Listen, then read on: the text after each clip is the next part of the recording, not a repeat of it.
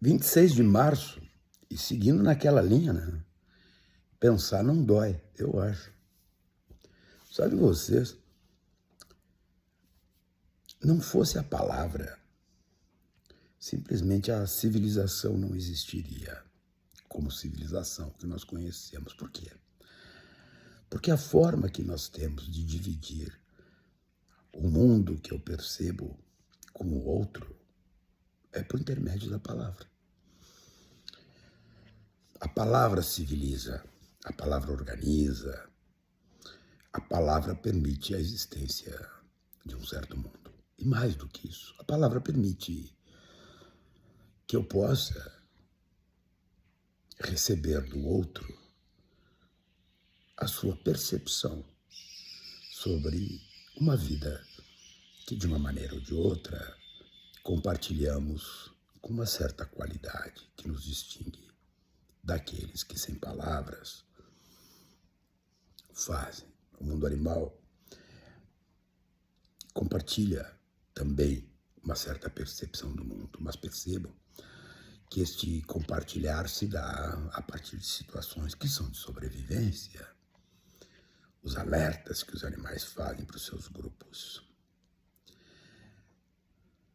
os sinais que mandam, que são sinais de localização, a relação filhote com mães, pais, são sinais para a sobrevivência. Aliás, esse é um dos grandes paradoxos da existência, né?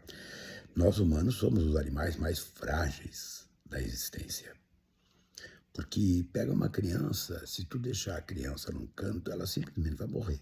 Porque ela não tem consigo condições, né, evolutivas capazes de prover o seu próprio sustento. O mundo animal é diferente. Às vezes, simplesmente o filhote nasceu e os pais vão embora. E ele vai sobreviver. Por que eu estou falando isso, gente?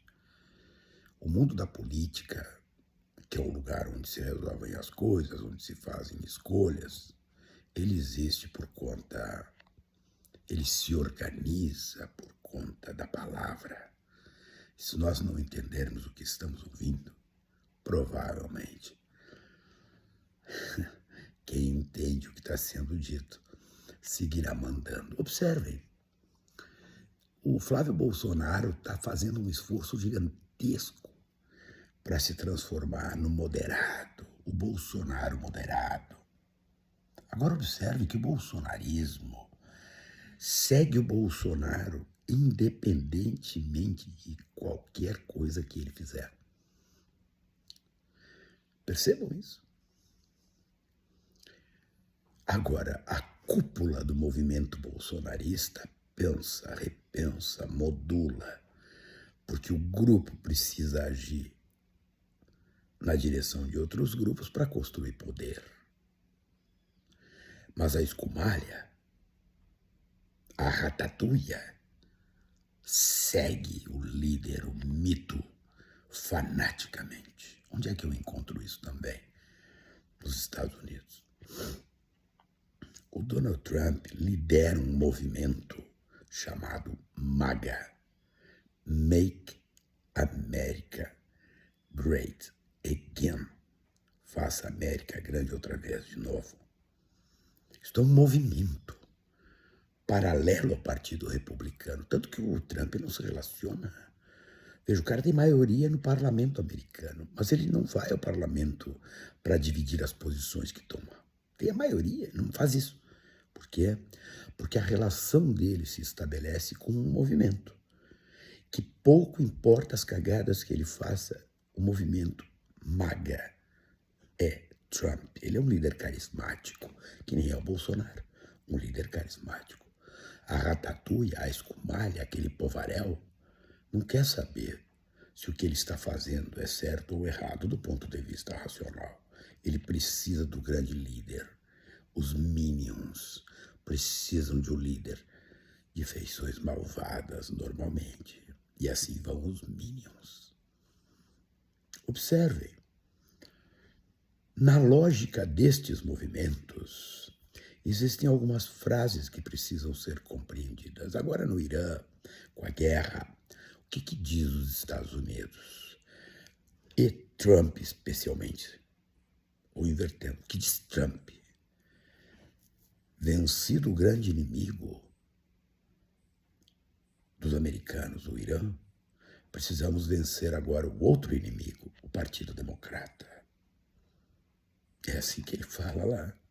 Ele trata o Partido Democrata como sendo inimigo da nação americana. Vejam, qual é a frase? O inimigo, por ser inimigo, precisa ser eliminado. E assim ele lida, a partir de uma derivação da chamada teologia da dominação, que tem a ver com palavra de Deus, etc, etc, etc. Então, se o cara é inimigo, ele tem que ser eliminado. Hitler, o que ele fez? O que ele construiu? O que ele convenceu o Partido Nacional Socialista? Que judeus eram ratos e que ratos devem ser eliminados, porque ele desumanizou o povo judeu. E olha o que aconteceu.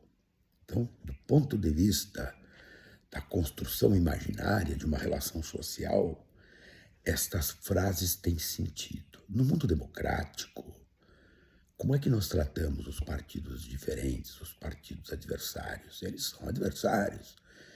E o adversário precisa ser vencido e não eliminado. É simples assim. Quando nós não nos damos conta disso, nós percebemos situações como a que está acontecendo no Brasil. Tudo que o bolsonarismo fez no Brasil de 2019 a 2022 simplesmente é apagado. Porque existe uma horda de fanáticos que sustentam a posição do líder. Como é que chamavam o Hitler? O Führer, o primeiro.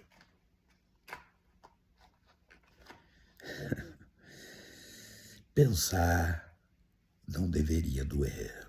Agora, essas pessoas que ouvindo o que ouvem, pensam, dói. Mas seus interesses subalternos são tão maiores do que as suas capacidades existenciais que eles fazem uma escolha. E assim, o mundo liberal democrático do Brasil se ajoelhou, se entregou para o bolsonarismo, para este bando de fanáticos. Os Estados Unidos vai no mesmo caminho. Mas as cagadas que esse cara faz, as atrocidades humanitárias que esse cara faz, começa a bater num espaço que para a sociedade americana é muito caro, sem trocadilho. Caro no sentido de valorizado, o mundo do consumo. E o agente laranja errou nas contas. O mundo do consumo nos Estados Unidos, o galão da gasolina, saiu de $2 para $3,90. Isso para eles é inaceitável. Tu pode matar um povo inteiro, como é o caso o que eles fizeram em Gaza. Mas para eles está bem, as pesquisas mostram isso. Agora, tu aumentar a gasolina de $2 para $4, opa, isso é um crime lesa humanidade. E isso está acontecendo lá, e agora tem eleições em meio de mandato, onde 1/3 do Senado é renovado e toda a Câmara é renovada, e o Lex Luthor pode perder o controle. Mas se ele perder o controle, o que pega com ele? Ninguém sabe por quê. Porque ele não aceita derrotas. Então, também as cabeças pensantes desses mundos sectarizados refletem também sobre essa realidade. É por isso que determinados membros da cúpula do MAG estão muito descontentes com o seu líder. Mas é a cúpula, não é a base. A ratatouille, a escumalha, a choudra segue o líder. Minions. Líderes que vão para o mundo da maldade. Por isso constituem bases tão vigorosas. Pensar não dói, eu acho.